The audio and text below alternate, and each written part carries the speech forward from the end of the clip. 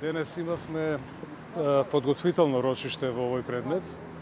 Судијата поединец, согласно законот, ги испитуваше доказите кои што се предложени во процедурата од страна на специјалното јавно обвинителство. Одбраната, согласно законот, имаше право да се произнесува на тие докази.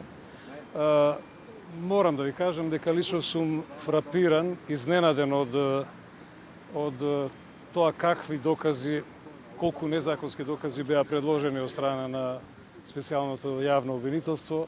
Дури мислам дека е неможно да не се знае дека такви докази не може да се предлагаат во процедурата без законска основа. Резултат на тоа беше, се разбира, наше побивање на тие докази и донесување на одлука од страна на судот дека тие докази не се дозволени во постапката. Понатаму следува процедурата согласно законот за кажување на главното рочиште и таму веќе тие докази кои што се дозволени од страна на судот ќе бидат предмет на анализа, на побивање и утврдување на фактите. Се разбира, одбраната има повеќе своји докази.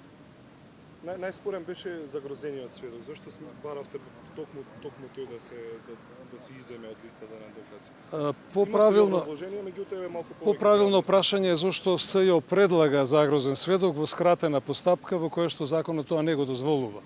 Знаете, паралела да ви направам, ако вие сте приватен тужител порано, например за клевета, и одлучувате вие да го определите некого за загрозен сведок. Мислам, понатаму не би требало да ви образлагам, секој дури не е потребно со правна едукација, ќе свати дека загрозен сведок законот предвидува согласно законот за заштита на сведоци за најтешки облици на кривични дела и под услов доколку не постојат други докази. Тогаш се применува загрозен сведок. И уште една околност, нема пресуда која што може да се заснова само на загрозен сведок.